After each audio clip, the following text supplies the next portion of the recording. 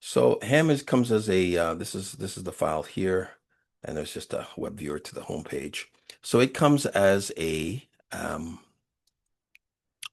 just a simple file to download, right? The installation is super simple, right? There's some instructions here, but basically for the most part, you need to go to custom functions. You grab three custom functions, you paste them into your app, and you've already started having the ability to use it.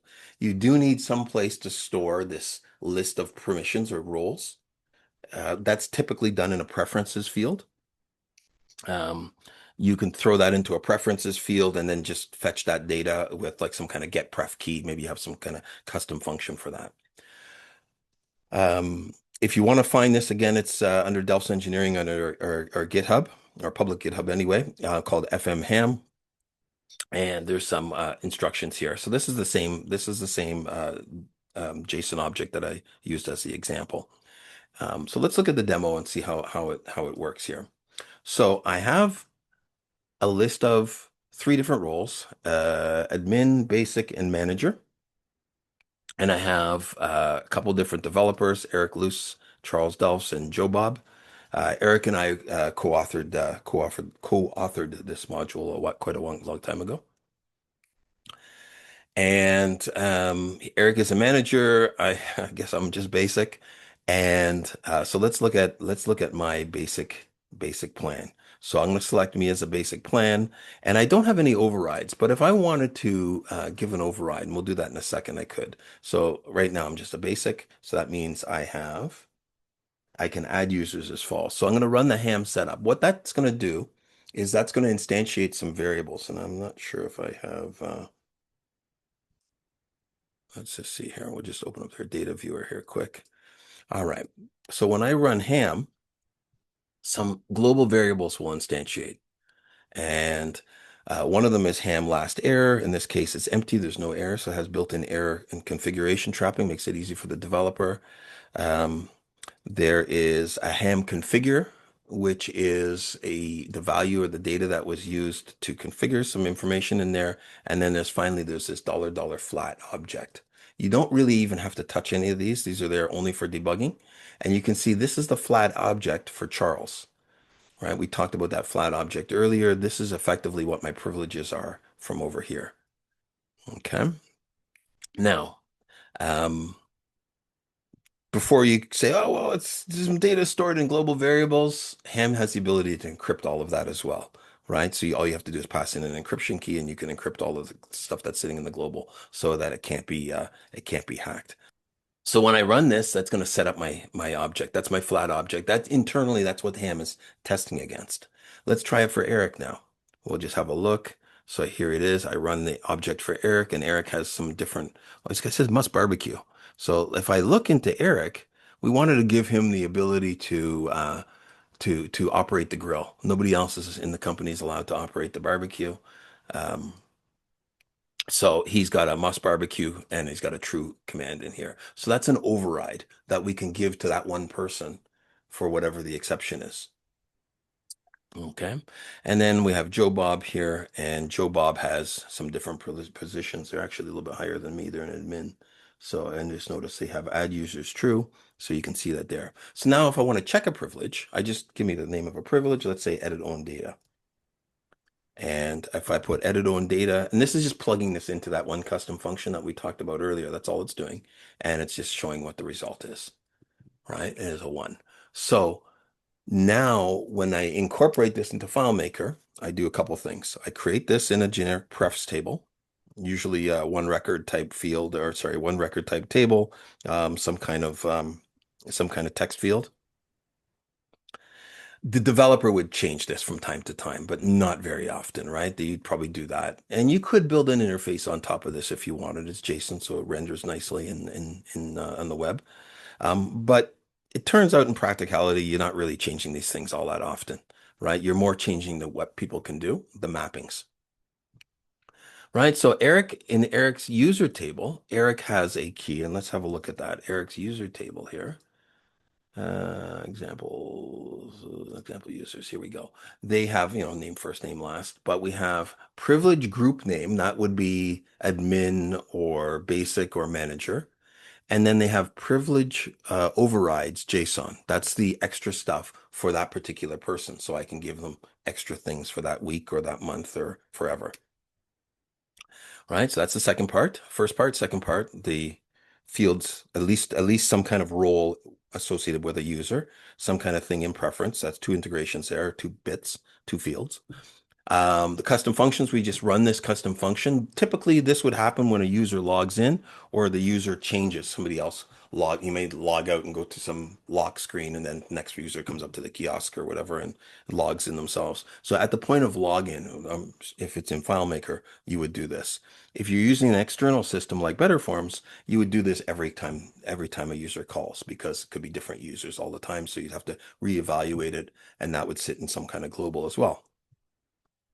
All right, so we run the ham. Now there we go. There's Eric's privileges, and then I can check. If I come up with some other random privilege set, it tells me an error right away. It says, hey, this doesn't actually exist, this privilege that you just tried to check, right? So let me try to find one that actually is a real one.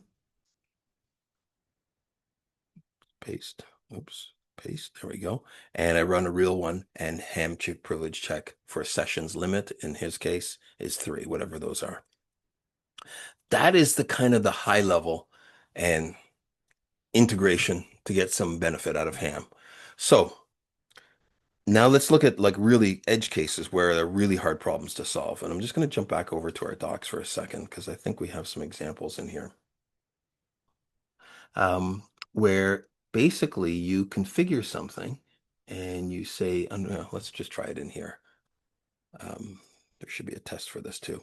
Anytime you release, and this is for everybody, if you're going to release custom functions, and we don't do this enough in our community, and it's a real shame, because it's catching up to us now, is we don't, we have FileMaker. This is a plug for FileMaker in our community, but we have one of the best. I belong to JavaScript community, PHP, I used to back in the day, communities. Um, some hardware coding, some embedded devices. I'm an electrical engineer, so originally that's my background. And I used to go to these different kinds of meetups. And there's no meetup that's like FileMaker, that we know everybody, like I know some of John's hobbies. Like, we've met in person. Like, that doesn't happen almost in any other community. Either because they're so massive, or they're just nobody talks to each other. But what they do all these other communities better than us, is they share. And we want to share, but we just don't have the mechanism to share, unfortunately. It's really hard to commit a file into GitHub and have diffs. You can't really easily. And then we keep saying, I know it's coming. It's going to come with our XML diff and patch tools and stuff like that. But today, as of November, we can't really easily share. Custom functions are one of the closest ways that we can get the pure code, traditional code. And because they're just text, we can do tests on them, and we can share them pretty easily. So this file has a good example of how you can write some simple tests. This is a test suite of the functions. So there's about 25 different tests in here that test all the parts of it. So if we ever, because it's a complicated custom function, so if we ever change part of it, we can run that test again. And there's tests like how to handle empty groups and empty states and what they should be expected. So you can have a look at that. You can run all tests, and it takes maybe 2 or 3 seconds to run through all 25 calculations and things like that. And it says all tests pass. We just hard coded that modal in there. I don't know if they passed for real. That's a joke. So there's a whole bunch of different scenarios. So you get an idea about this. And there's another custom function. I don't know if you guys have seen JSON query, I think it's called. Have you seen that? Kevin Franks promoted it quite a bit, so by another dev, and then Kevin's sort of the ambassador for Mhm. that. Yeah. Yeah, I think Really powerful. we presented on that a bit at the full access conference last month, Yeah. I think. So really powerful custom function. It's modeled after there's a JSON path in JavaScript, well, in about a zillion languages, and JSON Auto is another module, but JSON path is the original one. And it's modeled after that. And it's basically just a really powerful set. But he's got a nice test suite in there, so that he knows with confidence that this thing works in all these scenarios, right? So same kind of an idea here. This is not as complex as that one, but you can go ahead and you can also use those as examples to figure out how to do certain things. So let's jump back to our demo here. And I don't know if there's an underscore calculation, but if we, hopefully I gotta read the docs, but let's just try this. We're gonna call it day of week. And it's gonna be a calc, so it's underscore eval. And it's gonna, let's see how my FileMaker is. Is it called day of week, the custom function? Sorry, the FileMaker function? Is that, yeah, let's find out. Remember, you The remember the custom function file or the function Yeah, file not the maker? custom function, but just to get Yeah, just a regular one. Yeah, day, day of is it week. Yeah, just day day of of week, right? week. Day of Yeah. week. There we go. Yep. All right. And date today. Get current date, I guess or can I say today? I forget. You can say get current dates. Yeah. Get I thought you could say I thought there was a okay. Get current date. There used to be a today function. I think they deprecated that in FileMaker 7 or something. Yeah, this could be. So all right. I'm gonna lose my FileMaker card one day. Someone's gonna walk up and say, "Sir, I'm sorry. I don't think I ever had. You've I don't lost think your I ever had FileMaker." one. So Yeah. Okay, so this should evaluate, day of week should evaluate, and it's only for basic users. Um, the takeaway is, and let's try this for this one here. Now, I added that in at a lower level, right? I added it for basic. I didn't have to repeat all of those things and figure out what's missing. It's all inherited. Plus, there's some overrides as well. pretty But sweet. now, day of the week is calculated. So if I only wanted to run a certain function does it start on Monday? I don't know. Unless it does. I only wanted to run a certain function on Wednesdays. I'm only allowed to run a certain charge the customer on Wednesday. I can just have this in here and I can say if I could normally say day of week, but what if we want to change it? Now I got to change 100 scripts, right? So now I can say day of week is, and then just fetch that data. Of course, this is kind of a very simple example. All right. So that's how you can do evaluations. A quick question for you. Hmm. You mentioned earlier that with inheritance, you could actually inherit more than one role. Yes. How are you evaluating conflicts? Are you using a Boolean? Order of what they come in. Okay. Order? So if anybody's familiar with JavaScript, there is a function. Well, it's a instruction. Just a second, new window here.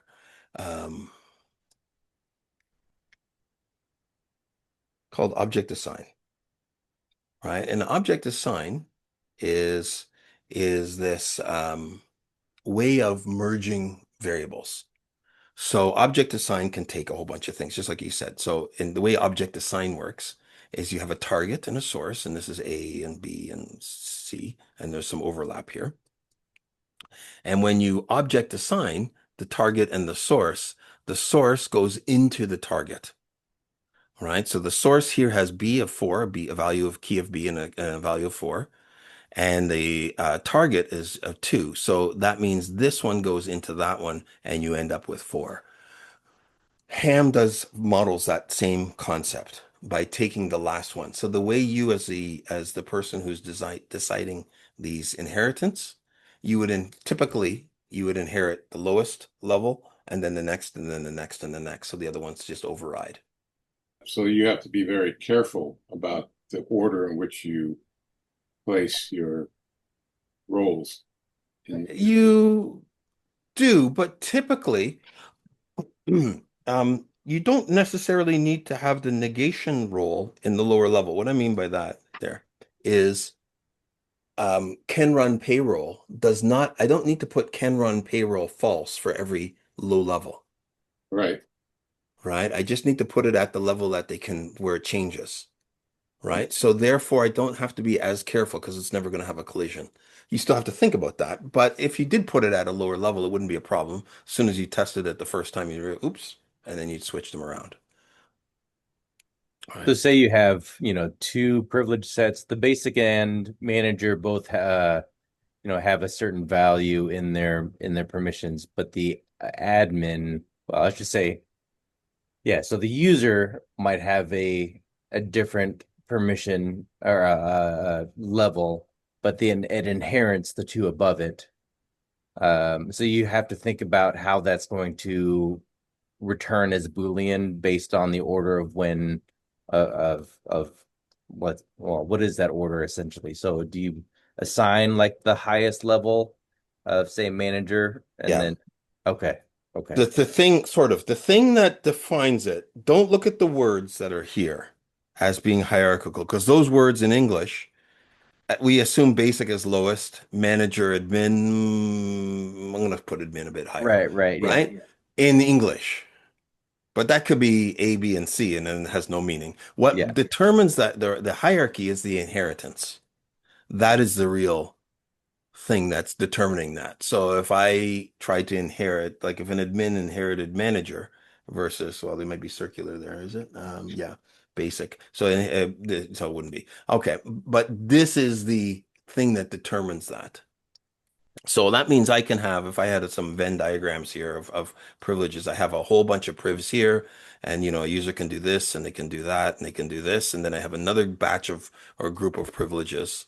I can inherit both of those into my new privilege, or I can have this one inherit to the next one and that one inherit this way too. It doesn't really matter. It's up to you as the security architect to decide what makes the most sense and what's going to be factored down to the simplest thing that an average administrative user can figure out. Right. Is If that you based wanted on to, the index of the JSON itself, or is that no, so if you have two inheritances, the second one, first we inherit the first one into your privilege set, then we inherit the second one in, and then the third one, and so on. So the last one has the highest weight. So you go child, parent, gotcha? grandparent, or something like that. Well, Got actually, and that's kind of a bad example yeah, because grandparents are right. backwards, right? They're the oldest, so they're the lowest on the thing. But you get the idea. You get the Yeah, lowly user, and then a little bit lead hand, and then a manager, and then vice president, CEO, that kind of thing. gotcha. Um, so that's really the idea of that. And I hope you can start to see how powerful that can be. It's not complex. It's just a concept of thinking about things. And the difficulty was, maybe writing the custom functions, um, and being able to bring all of this stuff sort of together, right? Adding the calcs and the eval or the evals. Sorry, calcs are in a different environment. Adding the evals and the sums. And I think we can do a max in there as well. I forget if we added a max. You have to check the docs in there, if we did. But that's the fundamental premise. I'll show you the actual FileMaker code. It's not really much here. There's hardly anything. Select user. Okay, so here, this is run. Okay, this is the setup. So basically what it's doing is just zeroing out some of the values, and this is only for the UI. It's checking the FileMaker version. We can ignore that, right? This is the real setup. So this is the part that you have to integrate into some script, typically in your on login or just after the user logs in. We're setting a variable of result. We're not even using that for anything here, but we are basically saying the example groups. I'm just fetching the groups right out of the variable. I typically would use some kind of get pref key to fetch this stuff in. So it's location agnostic or contextual agnostic. JSON set element, and we're passing in an object for the second argument here for this thing, and it's the group. That's the group for that me as a user. Charles, and Charles is a certain one. That's a privilege group name. And any overrides that I want to give just to me. So remember with those overrides, if I wanted to give, I'm going to give Joe Bob, I could give Joe Bob, let's just copy this here. Where's Joe Bob here? I could give Joe something like day of the week eval, or maybe can run payroll. And then I can put, this is an evaluation, right? So I can get current date minus as long as it's the year is 2025, then now they've had privilege up to the end of the year. So it's a FileMaker calculation at this point. As soon as we go past the year and Joe tries to run the payroll, it shuts off right away, right? And that's the beauty of it, and it's disposable. So it's It's authorization by code rather than by data, rather than by code.